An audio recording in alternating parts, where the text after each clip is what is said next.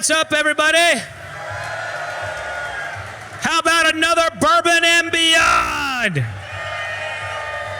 All right, here about to join me for a Fred Minnick Show live interview is Derek Trucks. So we got any Derek Trucks fans in the house? Well, Derek was on my show a few years ago, and he told me, like, you know what? I want to start a bourbon one day. And if you would have asked me what he was going to name it, I would have been something like Trucks Bourbon, Tedeschi Bourbon, Derek Trucks Bourbon.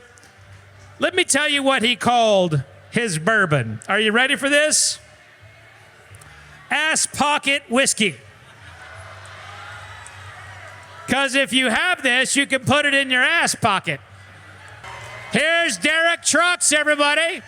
Come on up.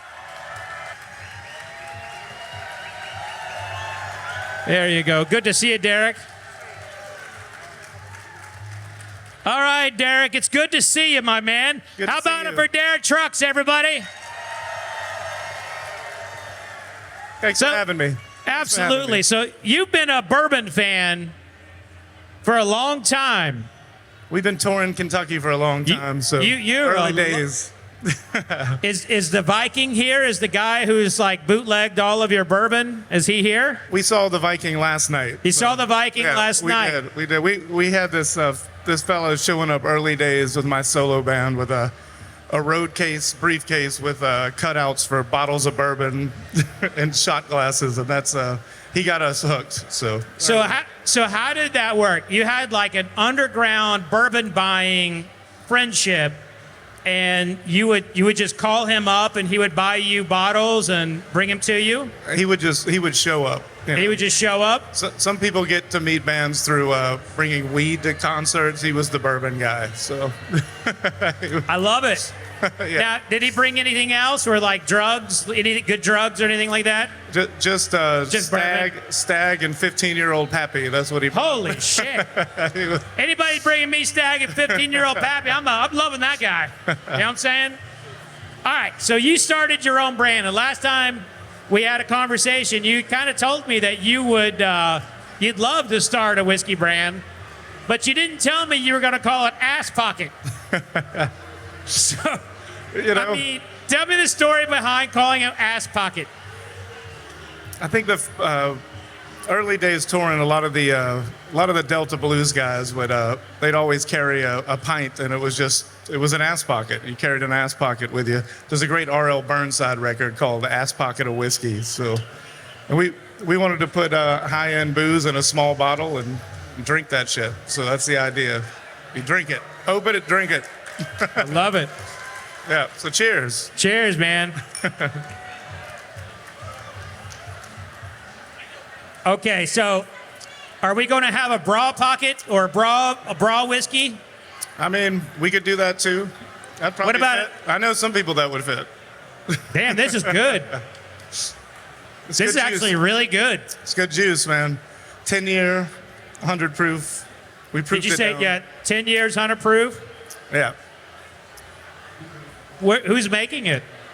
So I bought a few totes the last 2 years on the secondary market.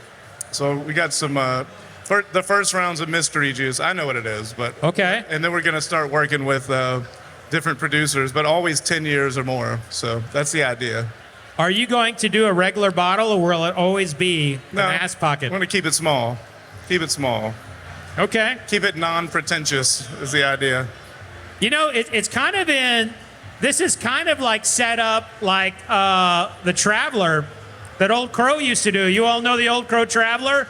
We're back in the day. And very similar. I noticed your shoes, man. What's that? I noticed your shoes from Preston. My Wolverine shoes? Your old cool. Rip.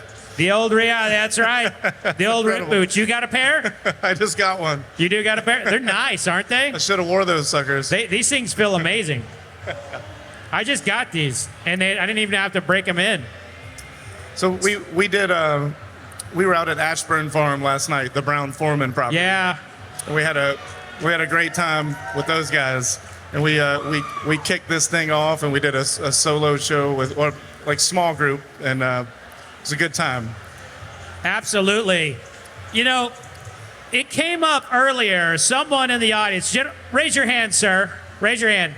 He's got a guitar pick from your wife and pretty much everyone in your band. And he was like, hey, see if Derek has a guitar pick. And I'm like, I'm pretty sure that Derek doesn't have a guitar pick. No, I might have a slide later, but no pick. I'll find you one.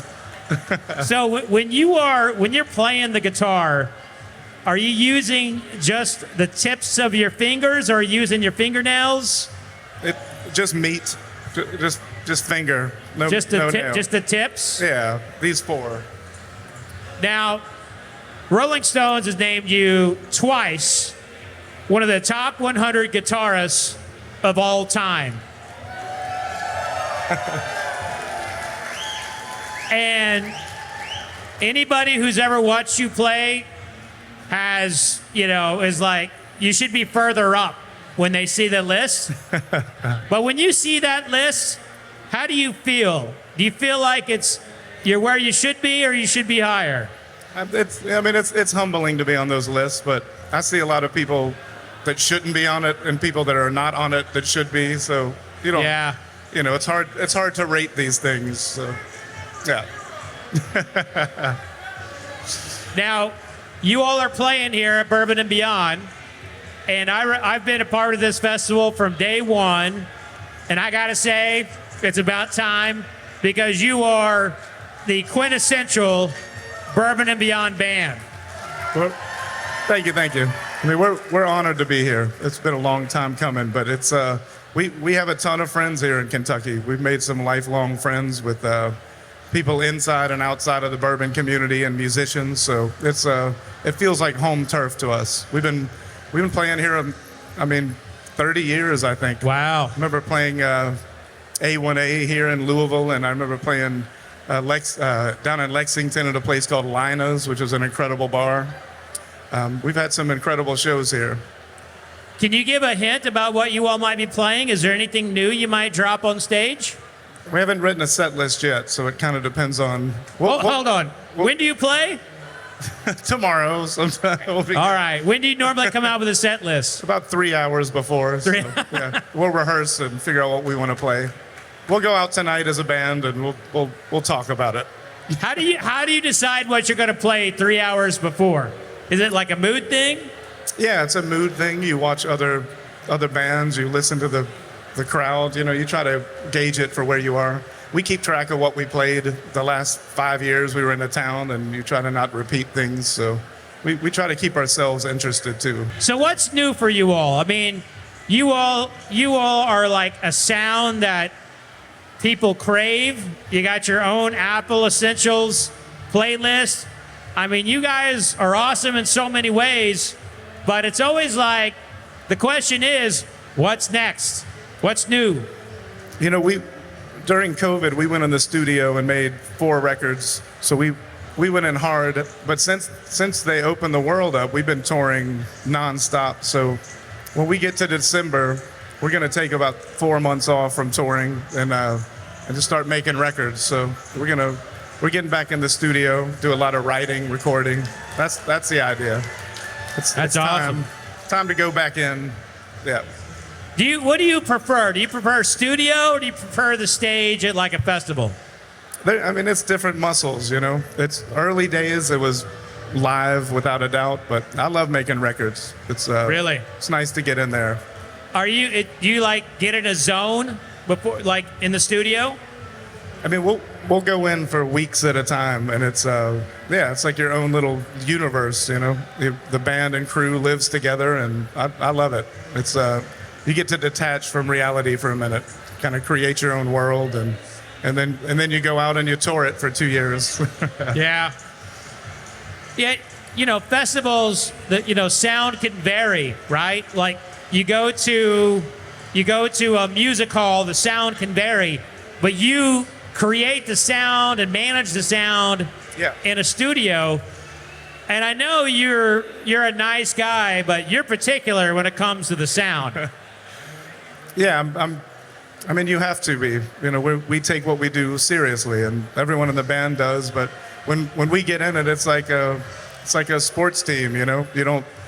It gets intense, but no one takes it personally because it's about the work.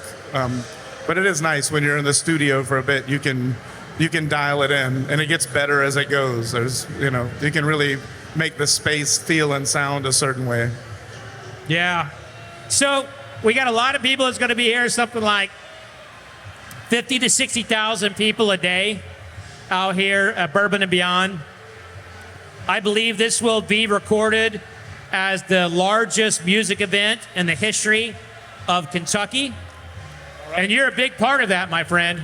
We're happy to be a part of it. It's going to be a good weekend. So your music's going to get exposed to people who have never heard you before, which is a shame. It's a shame, but it will happen. No, what do you hope they take away from it? It's beautiful playing festivals like this because, we preach to the choir a lot. We have an amazing audience, but it's nice to get in front of people that don't know you, and you have to win them over. And we did a show recently opening for Chris Stapleton out in Texas, and we got on stage, and you realize real quick, oh, these people don't know who we are at all. And so you change the set midstream, and you start thinking, like, what do we need to do to kind of get a hook in? And by the end of the show, you could feel them come along with you. And it's a different, like the early years of touring always felt that way. You felt like every night you got on stage, you had to convince people that this is okay or this is good. Yeah. So it's fun to do that. It's fun to jump back into that mode. And I think it makes the band better. It's good for us. Well, I also think the state of music is interesting. Is you have one faction of the world that's purely auto-tunes and making lyrics that don't make sense, and then the other side is real music. And I feel like there's a real shift coming to the world of Derek Trucks and people like you who make real music with guitars and people. Do you feel like there's a shift in music right now? I think there is. I think there's always blowback when we go too far in one direction, and I feel like music has certainly done that. I think about that with my wife Susan all the time. Like I've been on stage with a lot of incredible musicians, but no one sings like she does. No one, like, she has a special thing. So I feel like her due is coming too. There's a lot of great vocalists, but none of them want to stand next to her and sing. Like it's pretty humbling. I'm glad I don't sing. One band you were affiliated with, the Allman Brothers. We all know the Allman Brothers, right? Yep. This is a question I pose to a lot of people who have been a part of iconic bands like that. If the Allman Brothers came out today, would they be the Allman Brothers we know?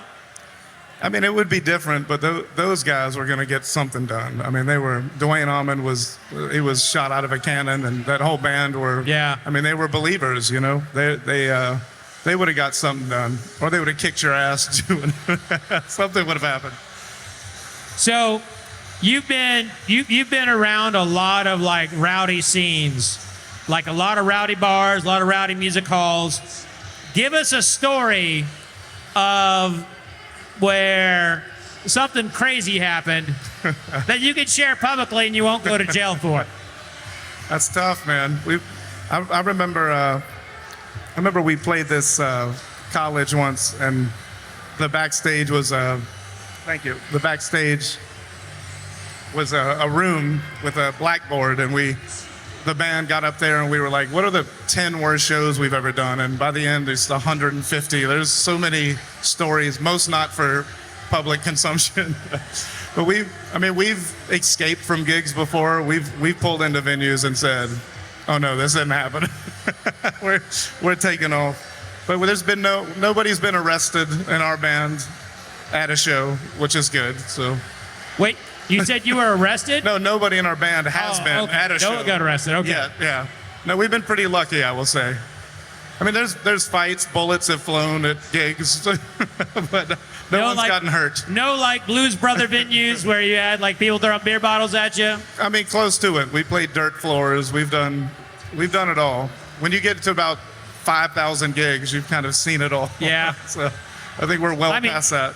Your career is amazing, but what a lot of people may not realize is that you were a childhood prodigy.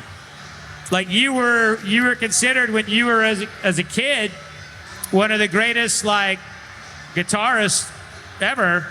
And on my podcast last time you were on, you shared that there was another kid where was kind of lipping off to his dad, and your dad said, "Boy, you better not ever talk to me like that." Yeah, he was being such an asshole. I got in trouble for it. So yeah, my dad was on the road with me till I was 16, and he made sure I wasn't believing the hype. It was good for me. I think He still does. He'll come out to shows, and I can tell if he thinks it's good or not. Like he won't blow smoke if you didn't get it done. So I appreciate that. Has he pulled you aside and said, "That wasn't a good show tonight"? He doesn't have to. You can see the disappointment. So, all these years later, Dad's still disappointed. oh yeah, he can't help it. But I remember when we did that lock-in show with Trey and Anastasia. We did the Layla set, and I remember my dad sitting side stage, and we walked off, and I remember thinking, I think that was good, and then I saw the look in his eye, and he was pumped. I was like, oh, that was good. I think that means we got it today. So, yeah, it's nice to have those guys around. Well, let's talk about the bourbon for a second. Let's do it. All right. Is this on site? Can people buy it on site? I believe so. I think it's floating around today. We released it last night. So, I'm going to break this whiskey down for you all because it's actually incredibly good. And I think I'm going to put this in the running for my Blind Bourbon Live on Sunday. Love it. Where I determine the best in show. What do you all think? Should I do that? Pop it in there. We'll take this bottle and put it in the contest, all right? Love it. So this is actually really remarkable. It's got a lot of clove, a lot of nutmeg, a lot of caramel, a lot of vanilla, but it's 100 proof, and it tastes like a little bit like cash drink, but not like alcohol fuming, you know? Yeah. What I mean by that, it's like an exploratory of flavor. Yeah, it hangs on for a minute. That's the first time I've had it out of a glass. I've only Man. so. This is remarkable. Cool, man. I'm actually shocked you were able to get whiskey this good, knowing the market that's out there. I mean, I looked for a good few years to find something worth putting in a bottle. I mean, everyone's got a bourbon line, so there was no reason to do it if it wasn't But you're also a bourbon guy. You're not just like you like bourbon. I mean, you have your own bootlegger bringing you stuff. That's a special kind of bourbon guy. I've got the feelers out always. Yeah. You've had the bug from day one, man. You know, the early days, 15 years ago when we were traveling, if you had a day off, you could go hit 10 bourbon, or you could hit 10 liquor stores and find really good dusty bottles on the shelf. And those days are gone. It was fun though. We amassed a pretty good collection of fun old stuff when it was retail. So, but yeah, so now we're trying to figure out a way to do that again. You got to be really proud of this. It's pretty exciting. Yeah. I don't endorse things. It's not my speed. So this is fun. It's a labor of love. Ass pocket whiskey, y'all. Yeah.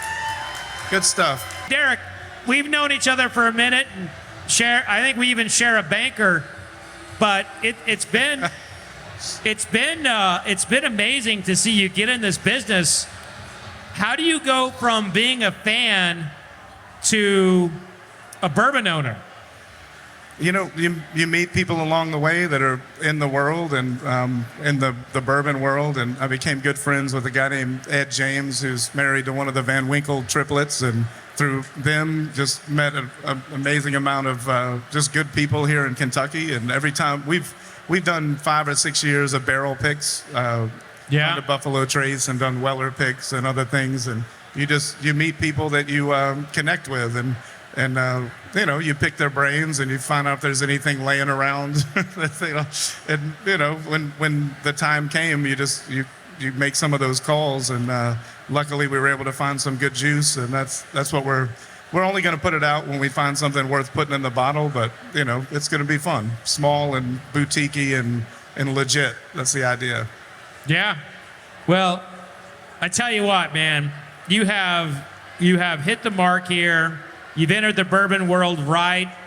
I normally am not one for profanity on bottles, but fuck it.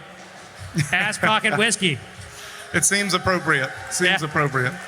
I mean, I guess it's better than crotch rocket whiskey.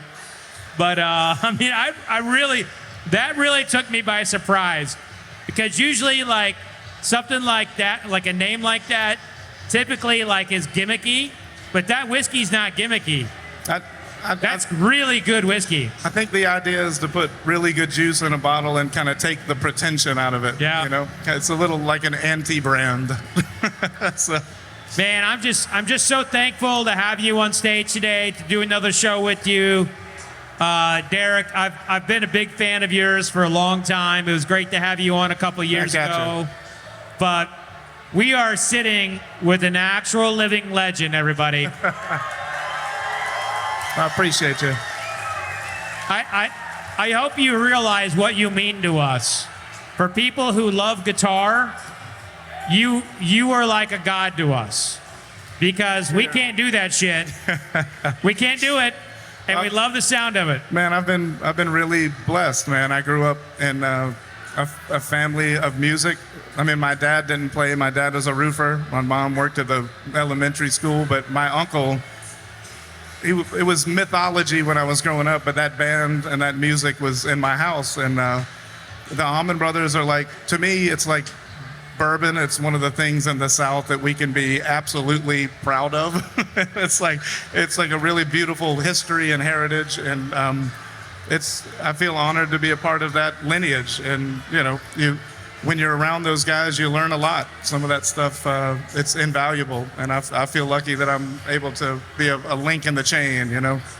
Absolutely. Well, everybody, if you have a glass, I'd be honored if you would raise it in honor of Derek Trucks, an amazing career, and Cheers. a great whiskey that he's brought here. Thank you, guys. Appreciate you. Derek, thanks so much for coming Thanks for on. having I can't me, wait to see you tomorrow on stage. Do not miss Derek on stage, y'all. Do not miss Blind Bourbon Live. Be safe out there, and remember, vodka sucks. Cheers. Thank you, guys.